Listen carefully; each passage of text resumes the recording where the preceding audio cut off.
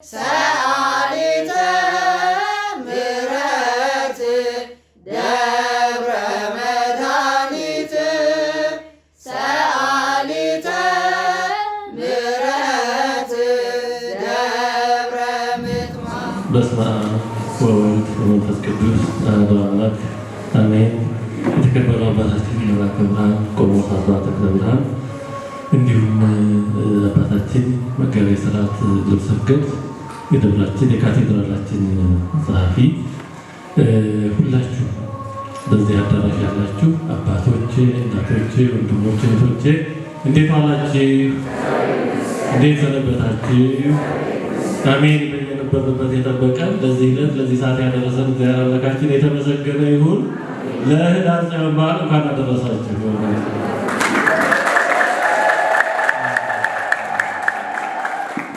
በእውነቱ አንድ ቀኑ ነው ማለፋቸው በጣም የማይበቃ ሆኖ ከሚታዩ በዓላት አንዱ ኅዳር ጽዮን ነው። እውነት አንዳንድ በዓላት በዋዜማው ተጀምሮ የሚታሰብ አንድ ቀን ያንስበታል እና ኅዳር ጽዮን በጣም ልዩ በዓል ነው። እንግዲህ ደግሞ መቼስ ከርሞ ደርሰው ለማክበር ያብቃል። አጠር ላለ ጊዜ የምንማርበት የትምህርታችን ርዕስ የእግዚአብሔር ቃል በሙላት ይኖርባችሁ በሚል ርዕስ ነው። ቆላስይስ 3:16 ላይ ቅዱስ ጳውሎስ ይህንን አባታዊ ሐዋርያዊ መልእክትም ምዕዳን ማሳሰቢያን ሰጥቶ ጽፎልናል። ቆላስይስ 3:16 ቅዱስ ጳውሎስ በእስር ቤት ሆኖ በመጀመሪያው እስራቱ ከጻፋቸው መልእክታት አንዱ ቆላስይስ ነው። 4 መልእክታትን ቅዱስ ጳውሎስ በእስር ቤት ሆኖ ጽፏል። በመጀመሪያው እስራቱ ማለት ነው። ከአራቱ አንዱ ቆላስይስ ነው። 3ቱ ፊልጵስዩስ ሌላኛው ነው። ሌላኛው የኤፌሶን መልእክት ነው። 4ኛው ደግሞ ፊልሞና ነው እና በእስር ቤት ሆኖ የጻፈው ስለሆነ ደግሞ ለየት ያለ ክብደት አለው። መቼም ቃለ ሐዋርያ ምንጊዜም ቃለ ሐዋርያ ነው፣ የእግዚአብሔር ቃል ነው። ግን ደግሞ ሰው የተናገረበት ጊዜና ቦታ ደግሞ ለመልእክቱ የተለየ የሚሰጠው ነገር አለ። ሮም እስራት ውስጥ ሆኖ በመከራ ውስጥ ሆኖ ወረቀት ወይም ብራና ብዕር እንደ ልብ በማይገኝበት እንደ ዛሬው በስልክ መደወል የለም፣ ቴክስት መጻፍ የለም፣ ወረቀት እንደዚህ እስክሪብቶ የለም። ሁሉ ነገር ብራናም ተዳምጦ እንደገና ደግሞ እስር ቤት የሚገባበት መንገድ ብዙ አስቸጋሪ ነገር ነበረው። ሮም የተጻፈውን የዛሬዋ ቱርክ ድረስ ለመላክ ቀላል አልነበረም። እንደ ዛሬ ፖስታ ቤት እንደዚህ አልነበረም። ስለዚህ እንዲህ ባለ ከባድ ሁኔታ የተጻፈ መልእክት ነው እና ይህን ሁሉ ታሳቢ አድርገን ይህንን ቃል መረዳት አለብን ለማለት ነው። የእግዚአብሔር ቃል በሙላት ይኖርባችሁ ብሎ ቅዱስ ጳውሎስ መክሮናል። የእግዚአብሔር ቃል በትንሹ ሳይሆን በሽታ ሳይሆን እንደው በጆሮ ጠገብ ሳይሆን በተባራሪ ሳይሆን በሙላት በደንብ ሙልት ብሎ ከአፍ እስከ ገደፉ እንደሚባለው በደንብ ግብ ብላችሁ በእግዚአብሔር ቃል ተሞሉ ነው የሚለው። የእግዚአብሔር ቃል በሙላት ይኖርባችሁ። በደንብ አስቡ። የእግዚአብሔር ቃል በሙላት ይኖርባችሁ። በደንብ አስቡ። በሙላት በቅምሻ አይደለም፣ በጥቂቱ አይደለም፣ በተባራሪ አይደለም፣ በሙላት ይኖርባችሁ ይላል። እንግዲህ በዚህ ላይ ትንሽ ነገር እንማማራለን። የእግዚአብሔር ቃል የእግዚአብሔር መሆን አለመሆናችን ከሚታወቅበት አንዱ ለቃሉ የሚኖረን ፍቅር፣ ፍላጎት ነው። ሰው የሚወደውን ሰው ቃሉን ይሰማል አይደለ? አሁን ስልክ የምትደውሉት ለምንድን ነው? እንዲያው የምንደዋወለው ጉዳይ ለመፈጸም ብቻ ነው። በቃ ላከው እንደዚህ ለማለት ብቻ ነው። ሰው ከሚወደው ሰው ጋር ብዙ ሰዓት ለምንድን ነው የሚያወራው? ጊዜውን ወስዶ ገንዘቡን በዛ ይቆጥራልና። ሰው የሚወደው ሰው ድምፁን መስማት ደስ ያሰኛል። ከሚወደው ጋር አብረው መሆን ጊዜ ማሳለፍ ደስ ያሰኛል። የፍቅር መገለጫ እንዲህ ሰው እግዚአብሔር ሲሆን ቃሉን መስማት ደስ ያሰኛል። የሚወደው እግዚአብሔርን ድምፁን ይሰማል። በአንጻሩ ሰው ለእግዚአብሔር ያለው ፍቅር የውሸት ከሆነ እግዚአብሔር የማይወድ ከሆነ አንድ የሚገለጠው ቃሉን መስማት አይወድም። ቃሉ አያስደስተው፣ ግን ያስፈራዋል፣ ያስጨንቀዋል። ሰው የማይወደው ሰው መልኩን ሲያይ ድምፁን ሲሰማ ያመዋል። አይንን የሚያሳርመው ምንድነው የሚባል የሚጠሉትን ማየት ነው ይባላል። የዓይን መድኃኒቱ ደግሞ የሚወዱትን ማየት ነው። ስለዚህ ሰው እግዚአብሔርን ሲወድ ቃሉን መስማት ደስ ያሰኘዋል። ዮሐንስ 10:27 ላይ መድኃኒታችን ኢየሱስ ክርስቶስ በጎቼ ድምፄን ይሰማሉ እኔም አውቃቸዋለሁ። የእግዚአብሔር በጎች መሆናችን ከሚገለጥበት አንዱ ድምፁን መስማት ነው። ድምፁን የሚሰማ እግዚአብሔር በግ ነው። በጎቹ ድምፁን ይሰማሉ፣ ያውቃሉ፣ ይለያሉ። በጎቹ ያልሆኑ ደግሞ ድምፁን አይሰሙም። ስለዚህ ክርስቲያን ነን እያልን ድምፁን የማንሰማ ከሆነ የውሸት ነው ማለት ነው። በጎች ሳይሆን ምናልባት ፍየሎች እንዳንሆን ከበጎቹ ወገን ያልሆን እንዳንሆን አንዱ ራሳችንን መፈተሻ መለኪያው ለእግዚአብሔር ቃል ያለን ፍላጎት ጥም ረሃብ ነው። በዮሐንስ ወንጌል 8:47 ላይ ጌታችን ከአይሁድ ጋር ባደረገው ረዘም ያለ ተዋስኦ ምን አለ? ከእግዚአብሔር የሆነ የእግዚአብሔር ቃል ይሰማል። አያችሁ፣ ከእግዚአብሔር የሆነ ሰው የእግዚአብሔር ቃል ይሰማል፣ ደስ ያሰኘዋል። ቃሉ ከእግዚአብሔር ጋር ጊዜ ማሳለፍ ደስ ያሰኘዋል። አንድ ሰው ቤተክርስቲያን ሄዶ ረጅም ሰዓት ይቀመጣል፣ ቁጭ ነው የሚለው እና አብረውት የሚሄዱት ጓደኞቹ ቢጠብቁ አልመጣ ይላል። አንዳንዴ ሲመራቸው ጥሎት ይሄዳሉ። አንዳንዴ ደግሞ አትመጣም ወይ ብለው ዘውት ይሄዳሉ። አንድ ቀን ሲመራቸው ምን ሆነህ ነው እንዲሁ ያለ ረጅም ሰዓት ቁጭ ብትለው ምን ሆነህ ነው? በጣም ብዙ የምትጠይቀው ጥያቄ አለ፣ ችግር የበዛል፣ እኛም ማናውቀው ብሶት አለብህ ማለት ነው አሉ። ኧረ እኔ ምንም ችግር የለብኝ እግዚአብሔር ይመስገን አለ። እና ለምንድን ነው ይሄን ያህል ጊዜ ቁጭ ብለህ የምታጠፋው? አይ እግዚአብሔር ይመጣል እንተያያለን እና መለያየቱ እሱን ተረጥሎ መነሳቱ ይከብደኛል። ጊዜው ሳይታወቅ የሚጠፋው በዚህ ማለት ነው። ቃል አውጥቶ ዲያር ማለት ይቻላል። ሰው ከሚወደው ጋር ጊዜ ማሳለፍ ደስ ይላል፣ አይታወቀውም። እና ሰው እግዚአብሔር ሲሆን ቃሉን እየሰማ ጊዜው አይታወቀውም። የእግዚአብሔር ቃል ከምንም በላይ የሚጣፍጥ ስለሆነ አባቶቻችን እናቶቻችን እንደዚህ ኖረዋል። ሰለስቱ አሃው የሚባሉ ነበሩ ይባላል። እዚህ ሀገራችን ሐይቅ ቅዱስ እስጢፋኖስ አቡነ ኢየሱስ ገዳም ውስጥ ሶስት በፍቅር አንድ ሆነው የሚኖሩ አሃው ማለት ወንድማማቾች ለኛ አባቶች ነበሩ እና በአንድ ወቅት አብይ ጾም ሊገባ የቅበላው ቁጭ ብለው ነገር ቃል እግዚአብሔርን ሲነጋገሩ አንድ ደግ እናት የጾም መያዣ ወተት አመጣችላቸው። እነሆ ንሱ በዚህ ጾም ያዝቆታል እግዚአብሔር ሲያስቀምጡ አሏት። ከዛ እነሱ ነገር እግዚአብሔር መነጋገራቸው ቀጠሉ። አታወቃቸው። ጾሙ አብቅቶ ተመስቶ ያን ጊዜ ሌላ ወተት ይዛ መጣች። አሁን ተረት ይመስላል አይደለ? ለዚህ ተምሮበታል። ለማያውቀው ሰው እኮ ቴክኖሎጂ ሁሉ እኮ ላልኖረበት ሰው ተረት አይመስልማ። ይሄ ግልጽ እንዲህ ያጎላል፣ እዚህ ያለው እዛ ያሳያል፣ እዚህ ሆኖ አሜሪካ ይደወላል የሚባል ላልነበረበት ዘመን ተረት አይመስልም? ይመስላል። በቴክኖሎጂ ካንተ አንድ ይሰራል ወዳጅ። እንኳን በእግዚአብሔር ቴክኖሎጂ እግዚአብሔር ያስቀመጠው ፖቴንሻል ከይበከው ነው። ሰው ያመጣው ሰው ያቆም ፈልጎ ማግኘት ነው። እና ባክ ዘ ስቶሪ እንደሚባለው እግዚአብሔር ይስጥሽ የቅድም ያመጣሽ ነበር እኮ ልጅ ይበቃል ነበር እኮ አልታወቃቸው ወአሉ እንዘ ይዚያነው ነገራት እግዚአብሔር ይላል። የእግዚአብሔርን ነገር ሲነጋገሩ ዋው ኑ ይላል። እና ቃል እግዚአብሔር እንዲህ ከእግዚአብሔር ጋር የሚያገናኝ ገመድ ነው፣ ኔትወርክ ነው፣ መሰላል ነው። ይህንን ነው ቅዱስ ጳውሎስ በሙላት ይኖርባችሁ ያለው። ምንድን ነው ቃል እግዚአብሔር በሙላት እንዲኖርብን ያስፈለገው? ለምንድን ነው? ቃል እግዚአብሔር ሕይወት ስለሆነ ነው። አንዱ የእግዚአብሔር ቃል ሕይወት ነው። ሕይወት ማለት የእውነት ቃል እግዚአብሔር ነው። ከእግዚአብሔር ቃል የተለየ ሕይወት ትርጉም የለውም። ጌታችን ገዳመ ቆሮንቶስ ዲያብሎስ ሲፈትነው ከተፈተነው ፈተና አንዱ ከምግብ ጋር የተገናኘ ነው። እንደምታውቁት ጌታችን የሚመለሰው እንዲህ የሚል ነው፣ ሰው ከእግዚአብሔር አፍ በሚወጣ ቃል ሁሉ እንጂ በእንጀራ ብቻ አይኖርም ተብሎ ተጽፏል። በእንጀራ ብቻ አንኖርም። እውነት እንጀራውን ዳቦውን የሚበላውን የሚጠጣውን ብቻ እየበላን የምንጠጣ ከሆነ ግማሽ ኖሮ ግማሽም አይሞላም። በእውነቱ ከእንስሳት ያልተሻለ ኑሮ ነው የምንኖረው። በእውነቱ ይቅርታ ይደረግልኝ። ከቃል እግዚአብሔር የተለየ ሰው ኑሮው ከእንስሳትም ይከፋል። ለምን? እንስሳት ይሄ አያስፈልጋቸውም በተፈጥሮም። እኛ ግን ያስፈልገናል። ረቂቅ ሕይወታችን ከእግዚአብሔር ጋር ሊገናኝ የተፈጠረ ነው። ያ ከሌለ ከእንስሳትም ያነሰ ሕይወት ነው የምንኖረው በእውነቱ። ስለዚህ ቃል እግዚአብሔር ሕይወት ነው። እጅግ የተለየ ሕይወት ነው። እጅግ የተለየ ጣዕም ነው በእግዚአብሔር ቃል ያለው። ዮሐንስ 6:63 ላይ እኔ የነገርኳችሁ ቃል መንፈስ ነው ሕይወትም ነው። ቃሉ መንፈስ ነው ሕይወትም ነው። የእግዚአብሔር ቃል ስንሰማ ነፍሳችን ሕይወታችን ትለመልማለች፣ ልምልም ትላለች፣ ታብባለች፣ ታፈራለች። ከእግዚአብሔር ቃል በራቅን መጠን በዛው ልክ የተጎዳን የጠወለግን እንሆናለን። ትንቢተ ሕዝቅኤል ምዕራፍ 3 ቁጥር 1 እስከ 3 ላይ እግዚአብሔር ለነቢዩ ለሕዝቅኤል እንዲህ አለው፣ በምሰጥህም በዚህ መጽሐፍ ሆድህን ሙላ አለኝ። በዚህ መጽሐፍ ሆድህን ምን አድርጋለኝ አለ? ሆድህን ምን አድርጋለኝ አለ? ሙላ። እግዚአብሔር እንዲህ ይለናል፣ በቃሌ ሆዳችሁን ሙሉ ይለናል።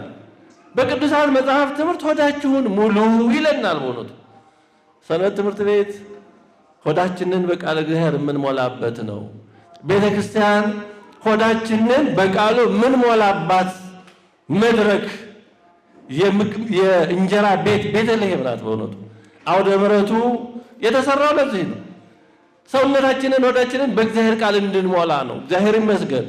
ዛሬ ሰንበት ትምህርት ቤቶቻችን ይመስገን ጥሩ ቃለ እግዚአብሔር የሚነገርባቸው ተከታታይ ትምህርት የሚሰጥባቸው እየሆነ ነው። እግዚአብሔርን በዚህ በጣም እናመሰግነዋለን። እውነቱ አዎ ብዙ መንገዶች እድሎች ካለመኖራቸው የተነሳ ልጆች ዘምረው ድራማ ተጫዋውተው የሚለያዩበት ነበር በአብዛኛው ከሞላ ጎደል። አሁን ያ ታሪክ በብዙ መልኩ እየተሻሻለ እየተቀየረ ነው። ስለዚህ እግዚአብሔር ሆዳችሁን በዚህ መጽሐፍ ሙሉ ይለናል። ከዛ ቀጥሎ ምን አለ ነቢዩ ሕዝቅኤል? ሆድህን ሙላ አለኝ፣ እኔም በላሁት፣ በአፌም ውስጥ እንደማር ጣፈጠ ይላል። እግዚአብሔር ስለ ቃሉ የተመሰገነ ይሁን። እንደ እግዚአብሔር ቃል የሚጣፍጥ የለም በእውነቱ። ለዚህ ነው ዳዊት በመዝሙር 118:103 ላይ ቃልህ ለጉሮሮዬ ጣፋጭ ነው፣ ከማርና ከወለላ ይልቅ ለአፌ ጣፈጠኝ። እንደ እግዚአብሔር ቃል የሚጣፍጥ የለም። ዳዊት ምንድን ነው ያለው? ቃልህ ለምኔ ጣፈጠኝ ነው ያለው። እስቲ ይሄን ዳሽ የሚሞላለ ቃልህ ለምኔ ጣፈጠኝ ነው ያለው። ለአፌ ነው ለጉሮሮዬ ያለው? ለጉሮሮዬ ነው። ለምንድን ነው ለጉሮሮዬ ያለው? ይህን ቅዱስ ዮሐንስ አፈወርቅ ሲተረጉም የዚህ ዓለም የምግብ ጣዕም ከአፍ ከምላስ አይወርድም። ጣዕም ያለው ምላስ ላይ ነው። ምላስ ላይ 4 አይነት ከፊት ከኋላ እንደዛ እንደሚሉት ብቻ ጣዕም ይለየዋል። ከዚህ ከምላስ ካለፈ ጣዕም የለውም። መራራውን ምንም እንግዲህ ውስጥ ገብቶ የሚሰራውን ይሰራል እንጂ እስከ ጉሮሮ አይደርስም። ስለዚህ የምግብ ጣዕም ከአፍ ከምላስ ላይ የተወሰነ ነው፣ እዛ የተገደበ ነው። ከዛ ካለፈ ባዕድ ነው እንደሚባለው። ቃለ እግዚአብሔር ግን ከዛ ያለፈ ጉሮሮ የሚደርስ ነው። ጣዕምነቱ ምላስ ላይ አፍ ላይ የሚቀር አይደለም፣ ልዩ ነው። እንደ እግዚአብሔር ቃል የሚጣፍጥ ነገር የለም። ወደዚህ ጣዕም መምጣት አለብን። በእውነቱ ይህን በደንብ መቅመስ አለብን። ይህን ጣዕም ማጣጣም አለብን። ከዚህ ተለይተን ከኖር እውነት ህይወታችን ምንድን ነው ትርጉሙ? እውነት መኖር ትርጉም አይኖረውም። ከዚህ ህይወት ተለይቶ መኖር በእውነት ትርጉም ያለው ህይወት አይደለም፣ በቁም የሞተ ህይወት ነው። ለዚህ ነው ቅዱስ ጳውሎስ እንዲህ ያለው ቃል ይሙላባችኋል፣ ህይወት ነው፣ በጣም ይጣፍጣል። በእውነቱ እጅግ ልዩ ጣዕም ነው ያለው። እንደው አንድ ሊቅ ከሊቃውንት አንዱ ቅዱሳት መጻሕፍትን በመተርጎም በጣም የሚታወቅ ሊቅ ነው። ምን አለ እግዚአብሔርን አንዴ ሲጠይቀው፣ እግዚአብሔር ሆይ እንዲሁ መንግሥተ ሰማያት የምትባለው ነገር ቃልህን ሳነብ በቃሉ ውስጥ ከማገኘው ጣዕምና ደስታ የበለጠች ናት ወይ? የበለጠች ከሆነች ምን አይነት ብትሆን ነው ብሎ ጠይቆ፣ አያችሁ ከመንግሥተ ሰማያት ደስታ ጋር እስክትነጻጸር የሚያደርስ ደስታ በቅዱሳት መጽሐፍት ውስጥ አለ፣ በቃል እግዚአብሔር ውስጥ አለ። ስለዚህ የእግዚአብሔር ቃል በሙላት ይኖርባቸው የተባለው አንዱ የእግዚአብሔር ቃል ሕይወት ስለሆነ ልዩ ጣዕም ስለሆነ ምሳሌ 13:14 ላይም ሰው ከሞት ወጥመድ ያመልጥ ዘንድ የጠቢብ ሰው ትምህርት የሕይወት ምንጭ ነው ይላል። የጠቢብ ሰው ትምህርት፣ የቅዱሳት መጽሐፍ ትምህርት፣ የነቢያት ትምህርት፣ የሐዋርያት ትምህርት፣ የሊቃውንት ትምህርት፣ የአበው ትምህርት የሕይወት ምንጭ ነው። ከሞት ወጥመድ ያመልጥ ዘንድ የሕይወት ምንጭ ነው። ከምን አይነት ኃጢአት የእግዚአብሔር ቃል እንደጠበቀን አናውቀውም። መቼ የሰማነው ቃለ እግዚአብሔር ከየትኛው ኃጢአት እንደጠበቀን አናውቀውም። መቼ የሰማነው ስብከት ከየትኛው ድቀት ድካም እንደጠበቀን አናውቀውም። ግን ይጠብቀናል። የሰማነው ትምህርት ከርቶ አይቀርም። የሆነ ጊዜ የሰማነው ቃል የሆነ ኃጢአት ፈተና ሲከብደን ውስጥ ሆኖ ወቅሶ ጠብቆን ይሆናል።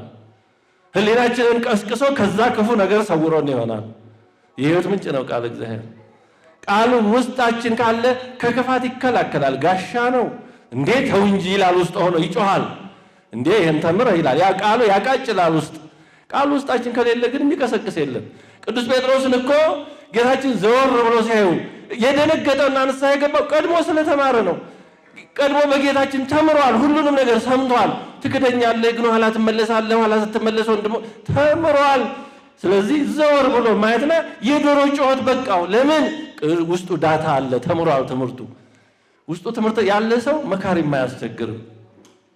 ውስጡ ቃል እግዚአብሔር ያለ ሰው ቢፈተን ቢወድቅ እንኳን በቀላል ምክር ይመለሳል። ለምን? ውስጡ አለ በቀላሉ። አሁን ኮምፒውተር ላይ ፋይል ውስጡ ካለ በቀላሉ ነካ ስናደርገው ይከፈታል አይደለ? ውስጡ ፋይል ከሌለ ግን እዛ ምን ይሆናል? ምንም ፍጭጭ የሚል ነገር የለ። ውስጡ ዳታ የለማ። ስለዚህ ውስጡ ቃል እግዚአብሔር ያለ ሰው በቀላሉ መካሪም አያደክምም። ቃል እግዚአብሔርን ያልተማረ ሰው ለመምከርም እኮ በጣም አስቸጋሪ ነው። እንዲያለስ ምን አጥፍቼ ይላችኋል። አንድ የሆኑ ሰው ወደ አሁን 70-80 ዓመት የሚሆናቸው ናቸው። በብዙ ውጣ ውረድ ውስጥ ያለፉ ሰው ናቸው መቼም። እና ልጆቻቸው ተሰብስበው እባክህ አባታችን እድሜ ሰጥቷል፣ እንግዲህ ይበቃል፣ በቃ ንስሐ ግባ ቁረብ አሉት። እንዴ ምን እያላችሁ ነው ልጆቼ? እኔ እኮ ህይወቴ ለሀገር ሰጥቼ የኖርኩ ሰው ነኝ። ምን አጥፍቼ ነው ንስሐ የምገባው? ምን ተብሎ ይነገራል? አሁን እንዲህ ያለ ሰው ጋር ምንም የለማ፣ ምንም የለም። እና ከቃል እግዚአብሔር የተለየ ሰው ለመካሪም አስቸጋሪ ነው በእውነቱ።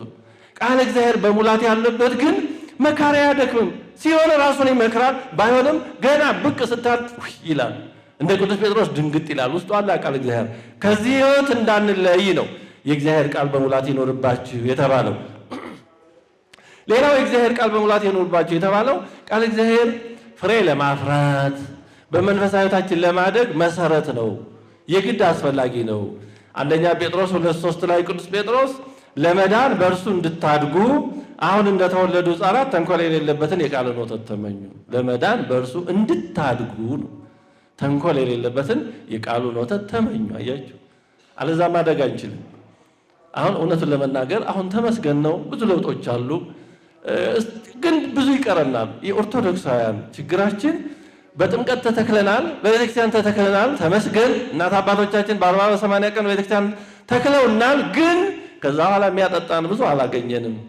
አዎ የግድ ነው። አንዳንዴ እንደ ተባራሪ ዝናብ ሲመጣ እንጠጣለን እንጂ ስርዓት ባለው መንገድ እየጠጣን ያላደግን ብዙዎች ነን። ስለዚህ ብዙ ፍሬ የማናፈራው በየጊዜው ቃል እግዚአብሔር ስለማንጠጣ ነው። ችግኝ ነን፣ ግን ውሃ ስለማናገኝ እንደርቃለን ብዙዎቻችን፣ ወይ እንጠወልጋለን፣ ወይ እዛው በጣም ቅጭጭ ብለን የሚገባውን ፍሬ ሳናፈራ እንቀራለን። አንዳንዶችንም ደርቀን ጠርተን ሊሆን ይችላል። ከቤተክርስቲያን የሚወጡት እንደዚህ ያሉ ናቸው። ድሮ እንደዚህ ነበርኩ እያሉ ቤተክርስቲያን ሳያውቋት ግን ነበርኩ የሚሉት ቃል እግዚአብሔር የሚያጠጣቸው ስላላገኙ ነው። አውቀው ማንም ሰው አውቆ ኦርቶዶክሳዊነትን ሊጠላ አይችልም። ማንም ሰው አውቆ ከኦርቶዶክሳዊነት ሊወጣ አይችልም። እንደ ህይወትን እያወቀ ሰው ካላበደ በቀር ከህይወት ሊወጣ አይችልም። ግን ካላወቁት ምን ይደረጋል? ስለዚህ ቃል እግዚአብሔር ፍሬ ለማፍራት ለማደግ በጣም ወሳኝ ነው። ቅዱስ ጳውሎስ አንደኛ ቆሮንቶስ 3:6 ላይ አነ ተከልኩ ወአጵሎስ ሰቀየ ወእግዚአብሔር አልሐቀ አለ። እኔ ተከልኩ፣ አጵሎስ አጠጣ፣ እግዚአብሔር ደግሞ ምን አደረገ አለ? አሳደገ። ስለዚህ መትከል በ40-80 ቀን በአጠቃላይ ሰው በሚጠመቅበት ጊዜ ይተከላል። ማሳደግ ደግሞ ውሃ መጠጣት ይጠይቃል፣ ተከታታይ ትምህርት መስጠት ይጠይቃል። ስለዚህ የእግዚአብሔር ቃል ለማደግ በእግዚአብሔር ቤት ተተክሎ ለመኖርም ፍሬ ለማፍራትም የግድ ነው። አለዛ ሳናቀው መድረቅ ይመጣል። በቁማችን ያለን መስሎን ግን ተበልቶ ማለቅ ይመጣል። ስለዚህ የእግዚአብሔር ቃል በሙላት ይኖርባቸው የተባለው ለማደግ ነው። እግዚአብሔር ቤተሰቦች እንደ ብዙ ሰው አሁን ፍሬ አላፈራሁም እንደዚህ ምናምን እንደው ይላል። አዎ በአንድ በኩል ኦርቶዶክሳዊ መቼም ቢሆን ፍሬ አፈራሁ አይልም። እንደ ፍሬ አፈራሁ ካለማ የማይደረስም ከአበባ አንዱን ምከረው እባክህ ገሌ ባለውን ምከረው ትንሽ ትዕቢት ይፈትነዋል አሉት እና ያንን አስጠራና ትዕቢት ይፈትነዋል የተባለውን ቀስ አድርጎ በፈሊጥ ልጄ እንዴት ነው እንደው ትዕቢት እንደው ብሎ ሲጠይቀው ኧረ እባክህ አባ እኔ ትዕቢት የሚባል የለብኝም አለ። አይ በቃ ተው እሺ ራስ መሰከርክልኝ ያለ ትዕቢት የለብኝም ከማለት በላይ ትዕቢተኛነት የለም። ትሁት ነኝ ከማለት በላይ ትዕቢተኛነት የለም። ይሄ በሽታ ጥግ ነው። ግን ዞሮ ዞሮ ይሄ እንደዚህ ያለው እንዳለ ሆኖ ብዙ ሰዎች እንደዚህ ችግሮቻችን ግን አንዱ ግን እንደውም ዋናው የችግራችን ምክንያት ከቃል እግዚአብሔር መራቅ። እንዲህ ሰው ከሚያሳድገው ወተት ከሆነው ቃል እግዚአብሔር ርቆ ፍሬ ማፍራት ከየት ነው ይመጣው? ወይ የበረሃ ተክል አይደለም፣ ሁሌ የበረሃ ተክል አይሆንም። ስለዚህ በቃለ እግዚአብሔር መረስረስ ቃለ እግዚአብሔርን መጠጣት በየጊዜው በጣም ያስፈልገናል። ዝም ብሎ ለሰባኪ ለማስተማር ምናምን ብቻ አይደለም፣ ሕይወት ነው የሚያሳድገን እሱ ነው። ከእግዚአብሔር ቃል በራቀን መጠን እየቀጨጭን ነው የምንሄደው፣ እየከሳን። ፍሬ ማፍራት ከየት ይመጣል ወዳጅ? ስለዚህ በእውነት ፍሬ ለማፍራት ቃል እግዚአብሔር የግድ ነው። ቃሉ ያለው ሰው በአንድም በሌላም ፍሬ ማፍራት አይቀርም። ቢያንስ ይሳቀቃል። ቃል እግዚአብሔር በውስጡ ያለ ሰው እንደው የከፋ እንኳን ቢመጣ ቢያጠፋ እንኳን ይሳቀቃል። አበጀው አይልም። በኃጢአቱ አይመካም፣ ይሳቀቃል። ወይኔ ይላል። ወደ ንስሐ ለመመለስም ቅርብ ነው። የንታደጉ የሚባለው አባት ነበሩ፣ ቅርብ ጊዜ ያረፉ። የተማረ ሰውና ጀርባው የተገጠበ አህያ አንድ ነው ይሉ ነበር። ጀርባው የተገጠበ አህያ ሲጫን አማራጭ እያጣ እየተቅመደመደ ነው። ቁስሉ ያመዋላ ሲጭኑት። የተማረ ሰውም ሲያጠፋ ይታወቀዋል እያለ ድካም እያሸነፈው ስሜት እየፈተነው ሊሆን ይችላል። ስለዚህ ለመመለስ ቅርብ ነው። ንስሐ ለመግባት ቅርብ ነው። ፍሬ ለማፍራት ቅርብ ነው። ቃል እግዚአብሔር የተማረ ሰው የእግዚአብሔር ቃል በሙላት ይኖርባቸው የተባለው አንዱ ለዚህ ነው። ፍሬ ለማፍራት በሕይወታችን ለማደግ የእግዚአብሔር ቃል በደንብ ያስፈልገናል። በእውነት የእግዚአብሔርን ቃል ለሆኑ አካላት ብቻ ሰጥተን እኛ ከዛ ርቀን እንደ አንዳንድ ቀን መተን የሆነ ጊዜ ዘወትር ጸሎት ከጸለይን እንደ ትንሽ ከቅዳሴው ጊዜታ ላይ ከደረስን በቃ ብለን በራሳችን ላይ በእውነቱ መዝጋት የለብንም። ራሳችንን ማስራብ የለብንም። በአባታችን ቤት ሞልቶ ቃለ እግዚአብሔሩ ሕይወት የሆነው ለምን እንራባለን? በእውነቱ ለምን እንራባለን? እኛ እኮ የምናሳዝን ማዕድ ሞልቶ ልክ እንደጠፋው ልጅ በአባቱ ቤት ሞልቶ ተርፎ እሱ እዛ የሪያ አሰር እንደተመኘው በእውነት ብዙ ኦርቶዶክሳዊ ቃለ እግዚአብሔር ሞልቶ ተርፎ ትርጓሜው ሞልቶ ተርፎ እድሜ ልክ አንብበን የማንዘልቀው ትርጓሜ ሞልቶ እሱ ግን ፍርፋሪ አጥቶ የሚጎዳው የሚራበው ብዙ ነው። የምኖች መጫወቻ የሚሆነው ብዙ ነው። ያሳዝናል። እንዲህ እንዳንሆን ነው የእግዚአብሔር ቃል መሙላት ይኖርባቸው የተባለው። ሌላው የእግዚአብሔር ቃል መሙላት ይኖርባቸው የተባለው ቃል እግዚአብሔር ስናውቅ የእግዚአብሔርን ሐሳብና ፈቃድ የምናውቅ ስለሆነ ነው። የተወደዳቸው የእግዚአብሔር ቤተሰቦች የእግዚአብሔር ፈቃድ ምንድን ነው? የእግዚአብሔር ሐሳብ ምንድን ነው? በቃ ሁላችንም የምናውቀው በግምት ሁሉ የምናውቀው የሚመስላቸው ሰዎች አሉ። ምን ያው መልካም ስሩ ተብሏል። ምንድን ነው መልካሙ ራሱ? መልካም ስሩ የተባለው ምንድን ነው? በቃ በሁሉም ሃይማኖት መልካም የተባለው አንድ ነው የሚመስለው ብዙ ሞኛል አይደለም። ለአንዱ ሃይማኖት መልካም የሆነው ለሌላ ሃይማኖት መጥፎ ነው። ይሄን ማወቅ አለብን። ለአንዱ ሃይማኖት ኃጢአት የሆነው ለሌላ ሃይማኖት ጽድቅ ሊሆን ይችላል። አዎ እውነት ግብሩም ማለት ነው። አስተምሮ ብቻ አይደለም። ለምሳሌ ማሳደድ፣ አስገድዶ ወደ ራስ ሃይማኖት ማስገባት በኦርቶዶክስ አስተምሮ ነውር ኃጢአት ነው። እግዚአብሔር ማንንም አስገድዶ ማሳመን አይፈልግም። ቢፈልግ ኖሮ አንድም የአማኒ አይኖርም ነበር። ልከተለኝ የሚወድ ቢኖር እያለ ነው። ልትሄዱ ትወዳላችሁ ከፈለጋችሁ እያለ ነው።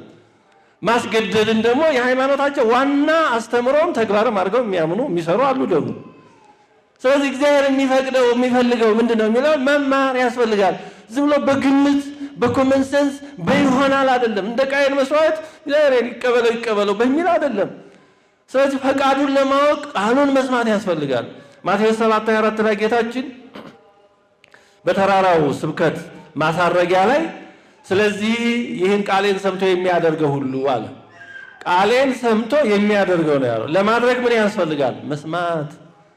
ብዙ ሰው ግን ቃሉን ሳይሰማ ነው ሊያደርግ የሚፈልገው። ምንድነው የሚያደርገው? የለም የመሰለውን።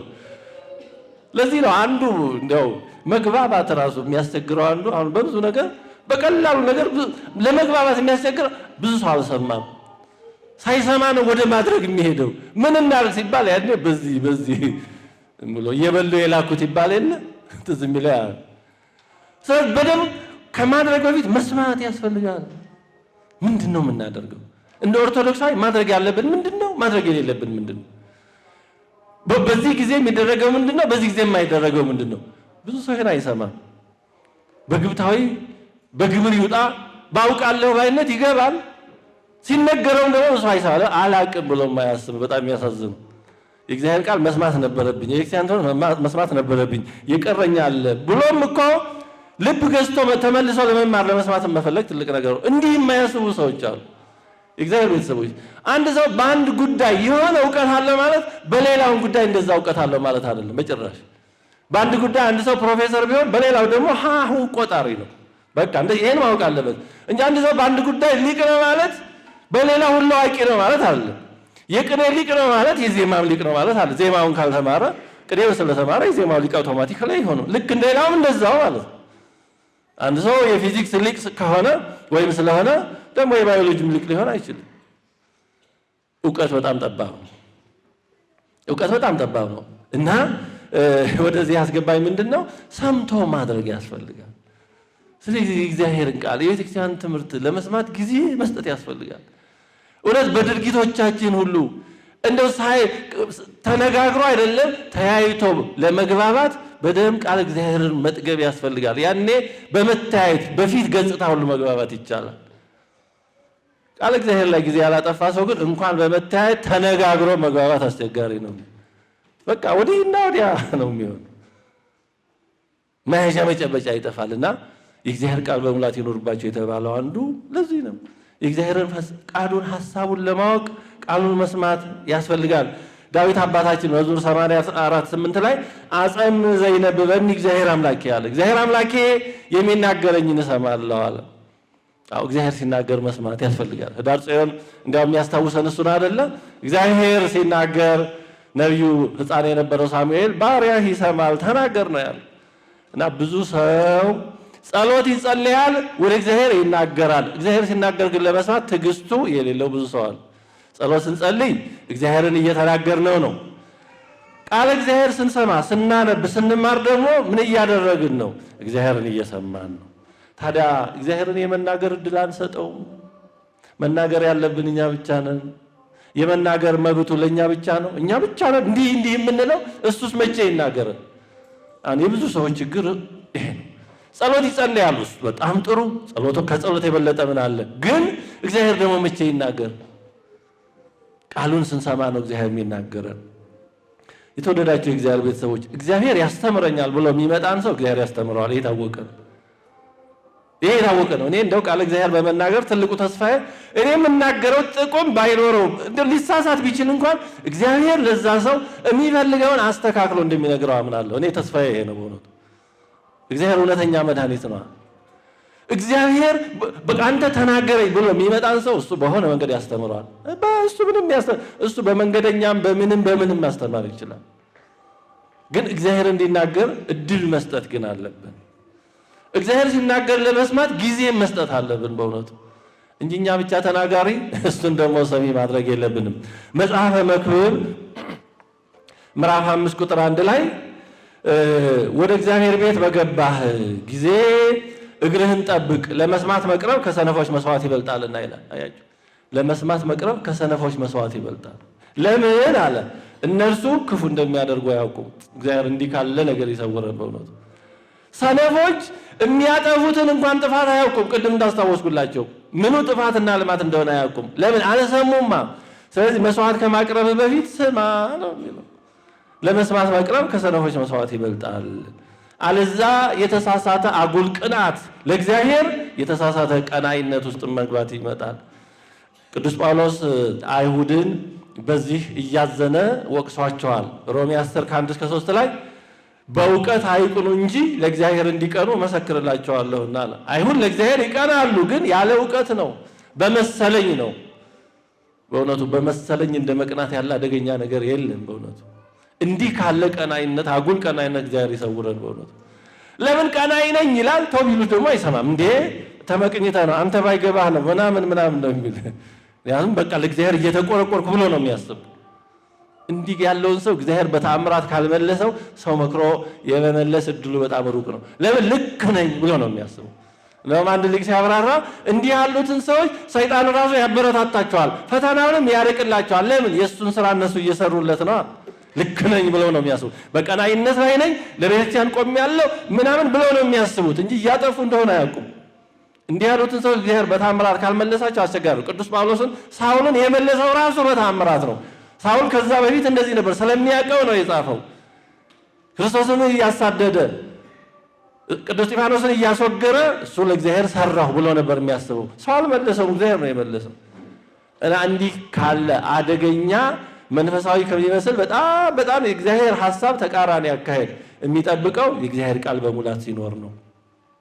ሌላው እየጨረስኩ ነው። እውነትን ከሐሰት ለይቶ ለማወቅ ነው። ከስህተት ለመጠበቅ የእግዚአብሔር ቃል በሙላት እንዲኖር በጣም አስፈላጊ ነው። አለዛ ዛሬ ሁሉም ይጠቅሳል፣ ሁሉም መጽሐፍ ያነሳል። እውነቱ የትኛው ነው? ሐሰቱ የትኛው ነው? ጤነኛው የትኛው ነው? በሽተኛው የትኛው ነው? በደንብ በሙላት መማር ያስፈልጋል። አለዛ ህመሙን፣ በሽታውን፣ ኑፋቄውን መድኃኒት አድርገው ሊያቀርቡልህ ይችላሉ። የእግዚአብሔር ቃል በሙላት ከሌለ በተለይ ይሄ ነካ ያለ ትምህርት አደገኛ ነው። ይሄ ለብ ያለ ጥቅስ ዝም ብሎ ሽሮ ፈሰስ እንደሚባል ሽሮ ፈሰስ የሚባል አስፋልት አለ። ዝም ብሎ እንደዚህ ዝም ብሎ ይሰራና አስፋልት ፈሰስ ሲልና ይመረቃል። እና ይሄ ሽሮ ፈሰስ የሆነ ትምህርት በጣም አደገኛ ነው በእውነቱ። ወይ ከተማሩ ደህና አድርጎ መማር በሙላት ይኖርባቸው የተባለው ለዚህ። አለዛ በሞኙ መኖርም አንዳንድ ይሻላል። ምክንያቱም እግዚአብሔር የግድ ቃላት አረፍተ ነገር ግራመር አለ የሚፈልገው ከእሱ ጋር ህብረት እንዲኖረ ነው የሚፈልገው። በየዋህነት መጠቀም ይቻላል። ስለዚህ ለዚህ ነው በሙላት ይኖርባቸው የተባለው። አለዛ እንደውም አንድ ሊቅ ምን ይላል? ወይ ከተማሩ በደንብ አድርጎ መማር ይላል። አለዛ በየዋህነት መኖር፣ አለዛ the way in between is gravely dangerous ይላል። በሁለቱ መሃል ያለው በጣም አደገኛ ነው ይላል። አልተማረም እንዳይባል ይጠቅሳል፣ ተምሯል እንዳይባል በደንብ የትምህርቱን ዓላማ አያውቅም እና በጣም አስቸጋሪ ነው። ስለዚህ እንዲህ ካለ ሁኔታ ለመጠበቅ የእግዚአብሔር ቃል በሙላት ይኖርባችሁ የተባለው ለዚህ ነው። ሁለተኛ ቆሮንቶስ 11:3-4 ላይ ነገር ግን እባብ በተንኮሉ ያን እንዳሳታት ሐሳባችሁ ተበላሽቶ ለክርስቶስ ከሚሆን ቅንነትና ንጽሕና ምናልባት እንዳይለወጥ ብዬ እፈራለሁ። የሚመጣውም ያልሰበክነው ሌላ ኢየሱስ ቢሰብክ ሌላ ኢየሱስ ይሰበካል።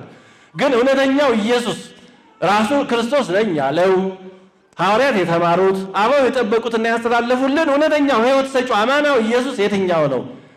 ሰይጣን የሚሰብከው በአገልጋዮቹ አድሮ የሚሰብከው ሌላው ክርስቶስ ኢየሱስ ያልሆነው ግን ሌላ ፌኩ የትኛው ነው?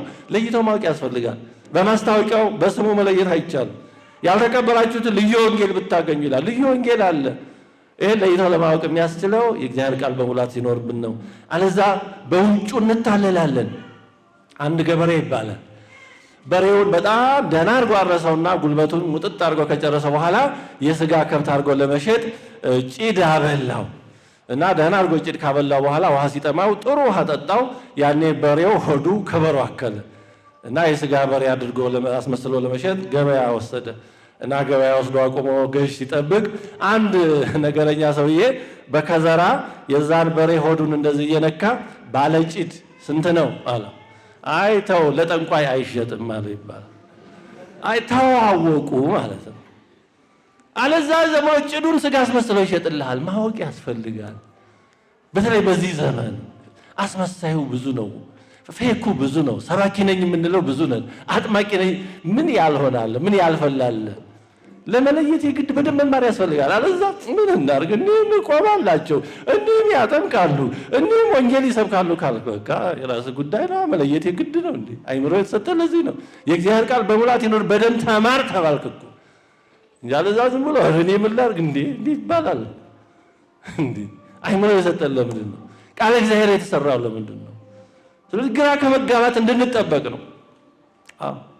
መማር እስኪማሩት ጊዜ ያጠፋል። ከዛ በኋላ ግን ግራ ከመጋባት ይጠብቃል። በሀገራችን አንድ ሊቅ ነበሩ አሉ። በየዘመናቱ ሊቃውንት አሉ። ግን በሆነ ዘመን አንድ ፈረንጅ መጥቶ እስኪ አሉ ከሚባሉ ሊቃውንት እንደ በጣም ዋናውን ተጠያቂውን ንገሩኝ አለ። ላኩት ወደ እሳቸው። እንዴት ነው? ሊቅ ነዎት ይባላል። በጣም የተማሩ ነዎት አሉ አላቸው። አይ ይሉኛል። አደነቀው። ነው የተማረ ሰው አለመማሩን ነው የሚያውቀው። ይሄ ለማስመሰል ሳይሆን ሰው የምር ሲማር ምንም እንደማያውቅ ነው የሚያውቀው። ምንም እንደማያውቅ ወደማወቅ የማያደርስ እውቀት ዝም ብሎ ጣዖት ነው፣ አልገባውም። ይሄ ዝም ብሎ ሽምደዳ ዳታቤዝ ሊሆን ይችላል። አሁን እቺ ታብሌት ማት ነገር አላት ውስጧ፣ እሷ ግን ምን ታውቃለች? ሰው እንደዛ ሊሆን ይችላል። የእውቀት ሁሉ ዓላማ ኢምንትነትን ባዶነትን ወደ ማወቅ ማድረስ ነው። እና አደነቀ። እውነትም ይሉኛል እንጂ ነኝ አላሉ። ከዛ ሁለተኛ ጥያቄ ጠየቀ። እንደው መማር ለምን ይጠቅማል አላቸው። መማር የሚጠቅመው በሆነ ባልሆነው ከመጠየቅ ያድናል። አዎ እንደው መቼ የሰው ጥያቄ ባያልቅም ግን እንደው በዛም ከመጠየቅ መማር ያረጋጋል። በጣም ኮሽ ባለ ቁጥር አያስደነግጥም። ለዚህ ነው እግዚአብሔር ቃል በሙላት ይኑርባችሁ የተባለው። በኃጢአት እንዳንታለል ይጠብቀናል። ለሌሎች ለመትረፍ አስፈላጊ ነው የእግዚአብሔር ቃል፣ ለሌሎች እንድንተርፍ። በጎውን ማን ያሳየናል የሚሉ ብዙዎች ናቸው በዙሪያችን፣ በቅርብ በሩቅ ያሉ የሕይወት መንገድ የጠፋባቸው፣ ኃጢአት ተላ ደስታ፣ ምቾት፣ ድሎት የመሰላቸው፣ ኑፋቄ፣ ክህደት እውነተኛ የሕይወት መንገድ የመሰላቸው ሞልተዋል። እነዚያ ሁሉ ይጠብቃሉ። ሰንበት ትምህርት ቤት እህት ወንድሞቻችን፣ ሰንበት ትምህርት ቤት በእውነቱ ወደዚህ ነው ማደግ ያለበት። ማሰልጠኛ ነው፣ ካምፕ ነው። ሰው ዝም ብሎ ሁሌ ካምፕ ውስጥ ይኖራል እንዴ? ሰው ዝም ብሎ ማሰልጠኛ ትምህርት ቤት ውስጥ ይኖራል እንዴ? ስለዚህ ሰንበት ትምህርት ቤት በእውነቱ ጥሩ ጅምር ነው። እግዚአብሔር ይመስገን። አባታችንም እንደዚሁ ጸሐፊያችን በእውነቱ በዚህ መምጣታቸው እየተሰራ ያለው በጣም ጥሩ እንደሆነ ሰማማለሁ። አባታችን በጣም ወዳጄ ናቸው። በፊት ጀምሮ እንተዋወቃለን። እዚህ ስመጣ በማግኘቴ ደስ ብሎኛል። ሰንበት ትምህርት ቤቱ በጣም ጥሩ ተስፋ አለው። ስለዚህ ይሄ ሰንበት ትምህርት ቤት ማደግ አለበት። በእውነቱ ለጠፉት ወገኖች ሐዋርያ ማፍራት አለብን። እንዲሁ እዛው ዝም ብሎ እዛው ተቦካ እዛው ተከካ አይነት መሆን የለበትም። እዛው ዝም ብለን መዝሙር እየዘመር ድራማ እያልን ብቻ እስከመቼ እንድረስ እንውጣ እንጂ ጌታ እኮ ሂዱና አስተምሩ ነው ያለው። ማን እውነቱን ያሳየን የሚሉ እኮ ሞልተዋል። እነዛ እኮ ያስጠይቁናል። መች ደረስንላቸው? መች ሞከርን? ጥሩ ነው ጅምሩ። አሁን እንቅስቃሴው ጥሩ ነው። በአዲሱ ካሪክለም በዚህ እየተሰራ ያለው ጥሩ ነው። ግን ገና ሩቅ መንገድ መሄድ አለብን። ገና አንድ እንኳን እርምጃ አልሞላንም በእውነቱ። አሁን ደግሞ እኛ ቤት አንዱ ፈተና በትንሹ መርካት አለ። ደግሞ በቃ በትንሹ የሆነች ቦታ አንድ ስራ ስትሰራ፣ አሁን እኛ ሀገር ያቺ ስራ አጥቢያ ላይ ሪፖርት ትደረጋለች፣ ወረዳ ላይ ትደረጋል፣ ቤተ ክህነት ማለት ነው። ከዛ ደግሞ ቀጥሎ ያለው፣ ከዛ ደግሞ ጠቅላይ በስማ። አንዳንዴ ከስራው ሪፖርቱ የሚጨርሰው ወረቀትና ጊዜ ሊበዛ ይችላል። ምን ይባል ተረት አለ? ከድሃ ቤት ንፍሮ ሲጣድ ሲጨበጨብ ያመሻል ይባላል። ንፍሮ ነው ግን እና እንደዛ እንዳልሆን ገና በጣም ሩቅ ነው ስራችን፣ አልተነካም። እንኳን እኛ ኢያሱ እንኳን ያን ያህል 31 የአሕዛብ ነገሥታትን ተዋግቶ ምድረ ርስትን በቻለው መጠን አውርሶ ሊሞት ሲል ምንድን ነው ያለው? ያልተወረሰች እጅግ በጣም ብዙ ሞልታለች፣ ገና ነች ነው። እና እኛ ማጉኑ ምኑ እኛማ የስንት ዓመት የተጠራቀመ ውዝፍ ስራ እኮ ነው ያለብን። ስለዚህ ጥሩ ነው ጅምሩ፣ ግን በጣም ብዙ መስራት ይጠበቅብናል። ብዙ ወጣቶችን በቃል እግዚአብሔር እንደ አጵሎስ በመጽሐፍት እውቀት የበረቱ ማውጣት አለብን። የእግዚአብሔር ቃል በሙላት ሲኖር ሰው በየጸጋው ይሰማራል። የሃይማኖት ጠበቆችን ማፍራት ይቻላል። ሰው የእግዚአብሔር ቃል ውስጡ ሲሞላ ነው ጠበቃ መሆን የሚችለው። እውነቱን እውነት፣ ሐሰቱን ሐሰት ማለት የሚችለው ያኔ ነው። ስቴፈን ኮቪ የተባለ አንድ አሜሪካዊ ምን ብሏል? it is very easy to say no when there is a strong yes burning from the inside ብሏል። ሰው ውስጡ የሚቀጣጠል እውነት ሊኖር ከዛ ተቃራኒውን ኖ ማለት ይችላል። ውስጡ የሚቀጣጠል እውነት ከሌለ ግን ኖ ማለት አይችልም። እያለ ተቅለስልሶ ነው የሚወጣው። ውስጡ አይቀበለውም፣ ግን የሚለው ያጣል። አሁን ብዙ ጊዜ እኛ ስንጎዳ ይኖር ነው እንደዚህ ነው። ዝም ብሎ እዛ ካድሬ በእኛ ቤተክርስቲያን ላይ አሁን እንደፈለገ ሲናገር ይኖራል። እና ብዙ ሰዎች ምን ያደርጋሉ? እዛ ይወጡና ይደውላሉ። እገሌ የሚባለው ዛሬ በቤተክርስቲያን ላይ እንዲህ አለ። ያሳዝናል። ጥሩ እሱስ አለ፣ እናንተ ምን አላችሁ? እኛማ ምን እንላለን? ተናደን ወጣን እንጂ ይላል። ያ ተናደን ወጣት ምን ይጠቅማል? ምንም። አንተ ጨጓራህን ትልጣለህ እንጂ እዛው ይሄ እንዲህ ነው፣ ይሄ ትክክል አይመስለኝም፣ የተለየ ነገር ካለ አምጡና እንነጋገር፣ አለዛ የስህተት ነው ብለህ ብትናገሪ ያ ባለማወቅ በስህተት ከሆነ የተናገረው ይታረማል። ቀጣይም ሌላ ቦታ ያንን ስህተት ደግሞ ሰው ከማሳሳት ይጠበቃል። የዛ ሰው ንግግር እውነት መስሏቸው የሚፈተኑ ካሉ የሚሳሳቱም ካሉ ይጠበቃሉ። እዛው ነበር ቦታው። እዛ ቦታ ጳጳሷ ሐዋርያዋ እናንተ ናችሁ። እዛ ቦታ ጳጳሷ አይመጡና ባይመጡ እዛ ቦታቸው አለም አልተጠሩ። ሰው ሳይጠራ እንዴት ይሄን የቤተክርስቲያን አንደበት እዛ ቦታ እናንተ ናችሁ። ወደዛ ማደግ አለብን። ሰንበት ተማሪት ወንድሞቻችን የስብከት ቦታው እዚህ ቤተ ክርስቲያን ያለችው አንዲት አውደ ምሕረት ብቻ አይደለችም። ሰፈሩ፣ መንደሩ፣ መስሪያ ቤቱ፣ መንገዱ ሁሉ የስብከት ኬላ ነው፣ የስብከት መድረክ ነው። ሰፊ ዓለሙ ሁሉ የስብከት መድረክ ነው። በእውነቱ ለምን አጥበን አንድ ቦታ ላይ ይሆናል አይሆንም ለምን እንለዋለን? የእግዚአብሔር ቃል በሙላት ሲኖር በዚህ ሁሉ የቤተክርስቲያንን ትምህርት ለመመስከር የቤተክርስቲያን አንደበት ለመሆን ይቻላል። ስለዚህ በሰንበት ትምህርት ቤት የተጀመረው መልካም ነው። መንገዱ ብዙ ሩቅ ረጅም ቢሆንም ስራው በጣም ያልተነካ ቢሆንም ጅምሩ ደግሞ ተስፋ ሰጪ ነው። ስለዚህ በቃለ እግዚአብሔር የበረቱ እህት ወንድሞቻችንን ለማፍራት የተደረገው ጥረት ጅምር በጣም ደስ የሚያሰኝ ነው። በዚሁ እንድትቀጥሉ ነው። ሁላችንም በእውነቱ የእግዚአብሔር ቃል በውስጣችን በደንብ በሙላት እንዲኖር ዕለት ዕለት ቃሉን መማር ይኖርብናል። ቃለ እግዚአብሔር ሕይወት ነው፣ ልዩ ጸጋ ነው፣ ከእርሱ ጋር የሚያገናኘን ነው። ከኃጢአት እየለየ እያጠራ ወደ እሱ ከፍ እያደረገ ወደ ሰማያዊው ዓለም የሚያወጣን መሰላል ነው። የእግዚአብሔር ቃል በሙላት ይኖርባችሁ። ቃሉ በውስጣችን በሙላት እንዲኖር እግዚአብሔር አምላካችን ቅዱስ ፈቃዱ ይሁንልን። አሜን።